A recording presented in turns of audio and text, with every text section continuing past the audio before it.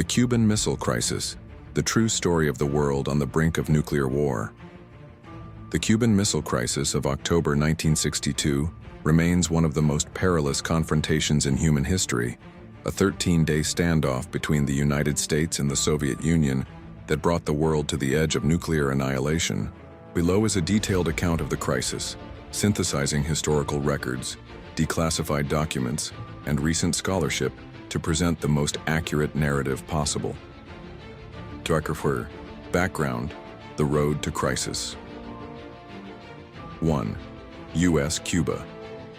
Tensions and the Bay of Pigs.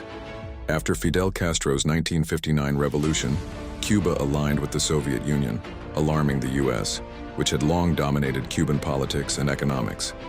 In April 1961, the U.S. launched the Bay of Pigs invasion, a failed CIA-backed attempt to overthrow Castro.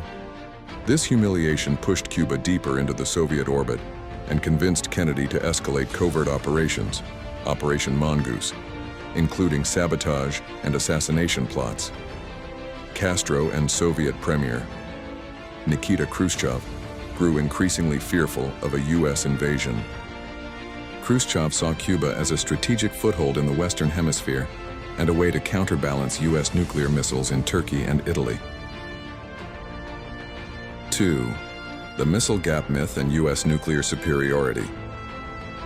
Contrary to Kennedy's 1960 campaign claims of a missile gap, the U.S. held overwhelming nuclear superiority. U.S. 203 ICBMs, 306 bombers, and 144 submarine-launched missiles. Us resurgent just 36 ICBMs, 138 bombers, and 72 submarine warheads. Khrushchev knew the U.S. could wipe out the USSR in a first strike. To compensate, he secretly agreed in July 1962 to install medium and intermediate-range ballistic missiles, MRBMs and IRBMs, in Cuba, just 90 miles from Florida. The crisis unfolds, October 16, 28, 1962. 3. Discovery and the U.S. response. On October 14th, a U-2 spy plane photographed missile sites under construction in Cuba. The images, analyzed the next day, confirmed Soviet deception. Khrushchev had publicly denied offensive weapons in Cuba. Kennedy convened the EXCOM, Executive Committee of the National Security Council. Advisors split between hawks, pushing for airstrikes invasion, and doves, favoring diplomacy. The Joint Chiefs unanimously recommended a military strike, but Kennedy feared escalation. 4. The naval quarantine and brinkmanship. On October 22nd, Kennedy announced a naval quarantine, a blockade in all but name, to prevent further Soviet arms shipments. He demanded the removal of existing missiles and warned that any attack from Cuba would trigger full U.S. retaliation against the USSR.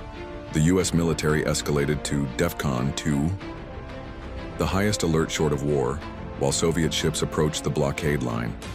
For days, the world held its breath as both superpowers inched toward conflict. 5. The Black Saturday near catastrophe, October 27th. A U-2 was shot down over Cuba, killing pilot Rudolph Anderson. The Pentagon urged retaliation, but Kennedy resisted, suspecting the order came from a rogue Soviet commander. Another U-2 accidentally strayed into Soviet airspace, nearly provoking a Soviet counterstrike.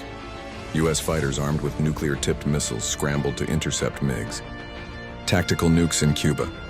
A single launch could have triggered global Soviet forces in Cuba had a short-range nuclear weapons that averted disaster. 6. Kennedy-Khrushchev negotiations. Khrushchev sent two conflicting letters. October 26th. Offered to remove missiles if the U.S. pledged not to invade Cuba. October 27th. Added a demand for the removal of U.S. Jupiter missiles from Turkey. Kennedy publicly accepted the first offer, but secretly agreed to withdraw the Turkey missiles, delayed for months to avoid appearing weak.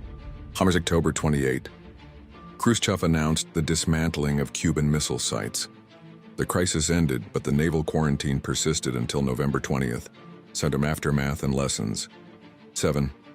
Consequences. Khrushchev's downfall.